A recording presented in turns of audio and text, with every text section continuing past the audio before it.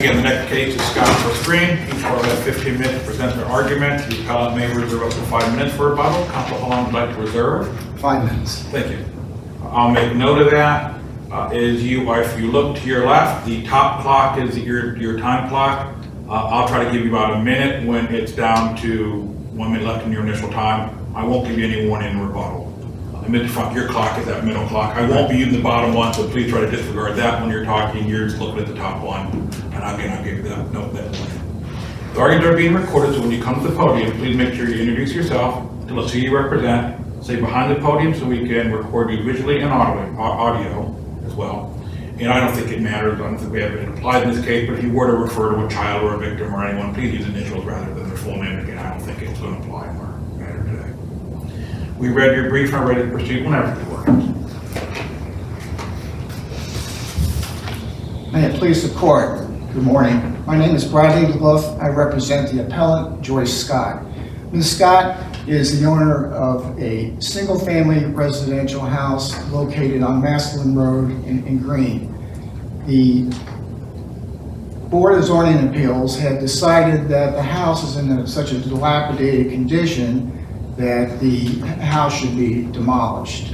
There was an appeal taken from the administrative proceeding, the Greene Board of Zoning Appeals, to the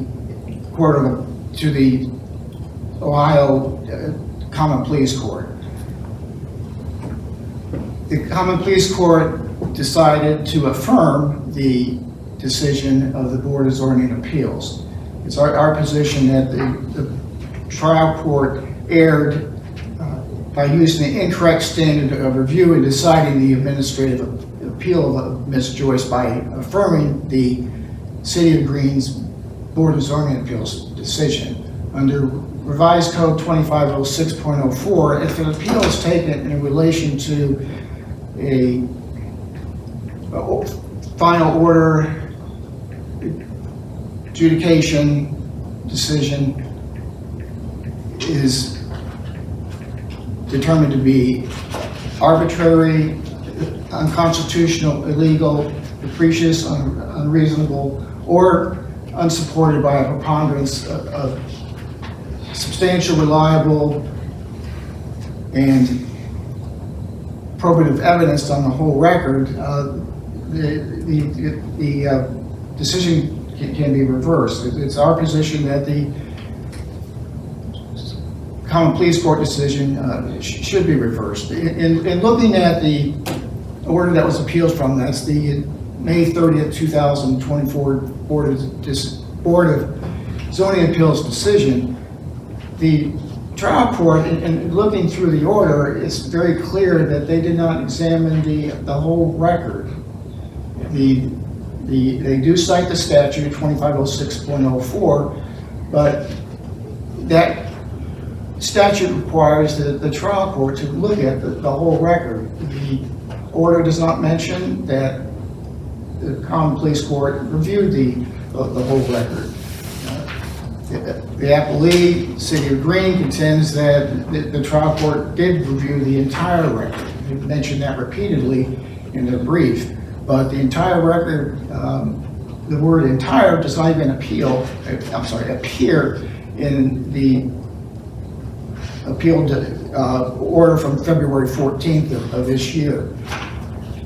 Counsel, so did the trial court expressly state the correct standard?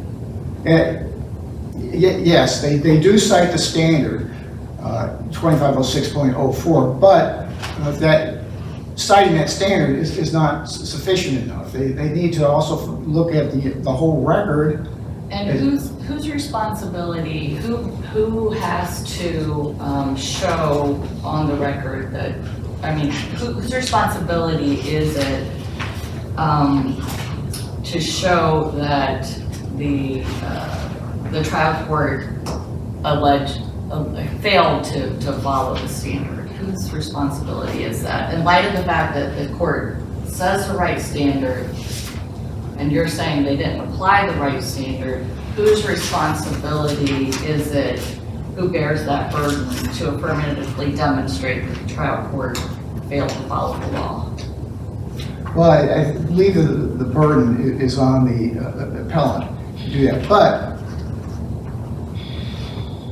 even if that was done, the court still needs to find that the evidence was supported by a preponderance of substantial, reliable, and probative evidence of the whole record.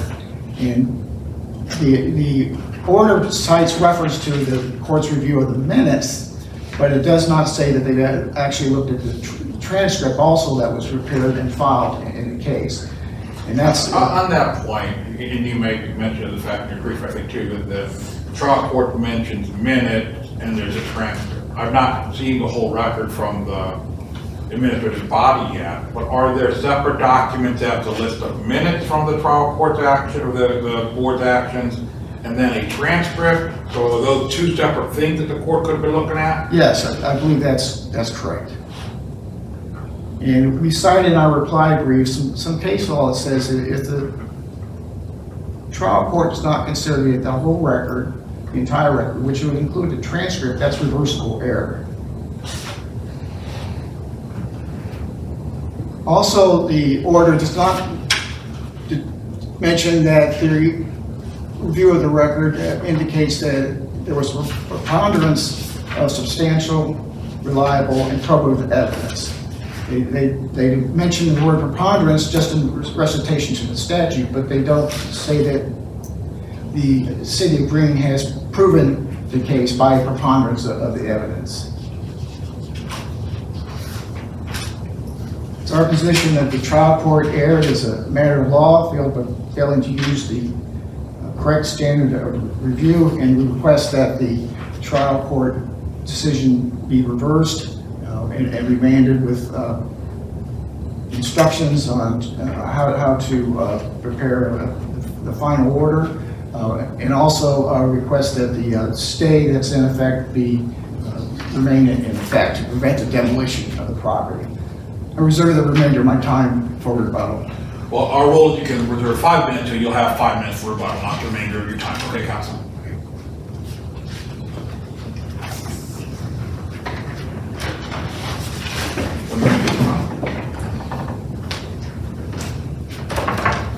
Thank you, Your Honor. May it please the court, Stephen Fung on behalf of the City of Green. This appeal arises from an administrative appeal filed under Revised Code 2506 from a final decision of the City of Green Board of Zoning Appeals. And I just want to, before I get into the merits, I do want to clarify that the record in this case does consist of very detailed minutes. They're not a separate, the whole thing is called a transcript of proceedings, but the transcript of proceedings involves the minutes, exhibits, and the actual order and the photographs. So what we might see from a trial court trial where there is an actual transcript of a trial, that doesn't necessarily exist. We see minutes of whatever hearing took place. But the minutes are fairly detailed, Your Honor. Understood. It says very, very explicitly what was said, what was pointed out in the evidence. And of course, if there was anything that they wanted to supplement the record, they would have had to do that in a timely manner below. So if the trial court on the existing record wanted to cite to whatever evidence that occurred at the hearing, they had to cite 2 minutes rather than a transcript of a hearing. That's right, yeah. And what's interesting about that is that if you look at the administrative appeal below, the administrative appeal brief that was filed by Ms. Scott's actually former attorney in the proceedings below, it's a 4-page brief that doesn't have any citations to the record. I think there's 2 generic citations to the minutes. And the trial court found ultimately that they raised 10 assignments of error. But if you look at that 4-page brief, there's only 2 pages of argument. And they just are conclusory assignments of error without any supporting factual or legal rationale behind it. Notwithstanding that, the trial court in this case not only cited the correct standard of review, but then went on to review the whole record by citing in detail the evidence from the minutes, evidence from the demolition orders, the code, wrote a 10-page opinion that essentially showed that she did in fact review the whole record. And with respect to this argument that she didn't review the whole record, if you look at appellant's brief in this case, they don't make that argument. Their argument about an incorrect standard of review is that she didn't use the word preponderance. They don't make the argument that she didn't review the whole record. So that argument, I think, can't be raised for the first time in oral argument. But the fact of the matter is that the evidence shows that the court did review the whole record and did apply the correct standard of review. Now, with respect to the argument that was made here, there is a presumption of regularity that must be afforded to the trial court proceedings. So even if the trial court hadn't cited the correct standard of review, the law would say that you presume that she followed the correct standard of review. In this case, the trial court did cite the correct standard of review, which is ironic because if you read appellant's brief below, they didn't even cite the standard of review. They didn't even make an argument. They read 10 assignments of error. They didn't even argue that the evidence was not supported by a preponderance of the evidence in the record. They made an argument that it was against the manifest way of the evidence, which is not the standard of review. But notwithstanding that, the trial court looked at each and every assignment of error and overruled them based upon the fact that they failed to meet their burden to prove that the BCA's decision was erroneous. So, with respect to the presumption of regularity, where a trial court does in fact cite the standard of review, it's even stronger that the court then applied the correct standard of review. And we actually cite a case out of the 10th district, the Tani case, where the court actually makes that point. But one other thing I want to state about that is that, in this case where the appellant has the burden to overcome that presumption of regularity, their appeal brief that's been filed with this court only cites to one sentence of the trial court decision that they believed she did not apply the proper standard of review. That's on page 8 of the trial court decision. And in the language that's quoted, specifically discusses assignments of error 1 through 3, which were procedural arguments that the BCA did not allow Ms. Scott to present evidence to the BCA. In response to that, the city of Green argued that no, that wasn't true, that she was allowed, in fact, did present substantial evidence. So when discussing that, all the trial court's doing is citing what each side argued. The trial court is not applying an incorrect standard of review. So there's really no legal or factual basis to this argument that she didn't apply the correct standard of review, notwithstanding the fact that the lower courts, or the trial brief filed by Ms. Scott didn't even cite the standard of review. The trial court nevertheless cited the correct standard of review. Even though they never cited evidence in the record, the trial court nevertheless conducted a review of the record and went to great lengths to cite evidence in the record on each of the 10 assignments of error, and ultimately wrote a comprehensive decision that overruled each assignment of error in a proper manner. And in fact, in appellant's brief, they do not even argue any of those 10 assignments of error because they were all meritless. The only argument they make is this new argument about incorrect standard of review, which I think can easily be overruled because the trial court did in fact apply the correct standard of review. And let me stop you. Yeah. I agree with your first premise because the court very clearly says that it could reverse the board's decision if it's not supported by a preponderance of substantial, reliable, and probative evidence. But then when the court concludes, it just says it affirms. It doesn't say the court finds there was substantial, reliable, and probative evidence, which is what we usually see. so what the trial court did in this case was there were 10 assignments of error. So as this court does when it does appeals and the lower court proceedings, you do apply the appellate rules of procedure under the Administrative Appeal Statute. It went through each and every assignment of error, and it addressed each and every assignment of error. They never made the argument that the lower court, the BCA decision, was unsupported by a preponderance of the evidence in the record. So that's why you perhaps don't see that language, because it wasn't argued below. But ultimately, when you're looking at, did the court apply the correct standard of review, the answer is yes, because she cited it. And it's also clear because with each assignment of error, she comprehensively went through the evidence that supported or did not support each of the assignments of error and overruled them on the merits, which is what a trial court is supposed to do in an administrative appeal. So given that, for all those reasons then, I think the court should overrule appellant's sole assignment of error. The trial court did correct correctly cite the standard review, that her decision is entitled to a presumption of regularity that has not been overcome. And given that the appellant never argued below that the BZA's decision was unsupported by a preponderance of the evidence, the court should overrule the assignment of error and affirm the BZA's decision. So, Your Honors, unless you have any other further questions, I'll conclude with that. Seeing none. Thank you.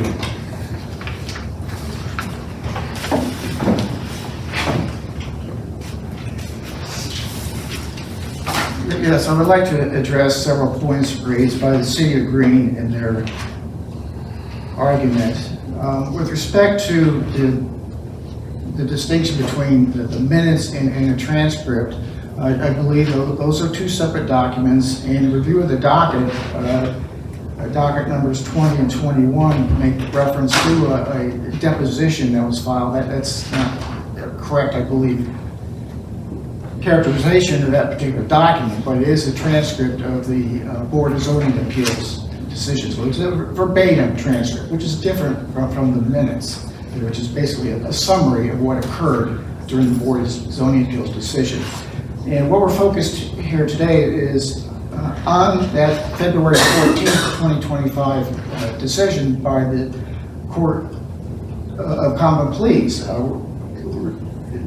It's clear in looking at that order that the trial court did not employ all the necessary statutory language under 2506.04 to affirm that Board of Zoning Appeals decision. It says it's a final appeal of order, and that the Board of Zoning Appeals decision is affirmed, but it doesn't say it's affirmed based on the preponderance of the evidence, or that it doesn't indicate they have reviewed the entire record. And that criteria, looking at the whole record, as well as making a finding that there was a preponderance of evidence to support the Board of Zoning Appeals decision, it is lacking. And I know we're being very technical here, but I believe that the trial court erred in not making those clear statutory references of the whole record, as well as your decision. It was decided by a preponderance of the evidence. And on that basis, we request that the Common Pleas Court decision be reversed. Thank you. Thank you. I asked the prior case, the counsel arguing, there was no mediation here? It's my understanding that there was no mediation at the trial court level. At the appeals court level, there was a Zoom or telephone pre-conference mediation. Okay, I stand corrected. Thank you so much. The court will take the matter under advisement and issue a decision in due course. The clerk will mail a copy of that decision to you upon release, and also be available on the highest and premium website. With that, on behalf of the court, I'd like to thank both of you for your presentations.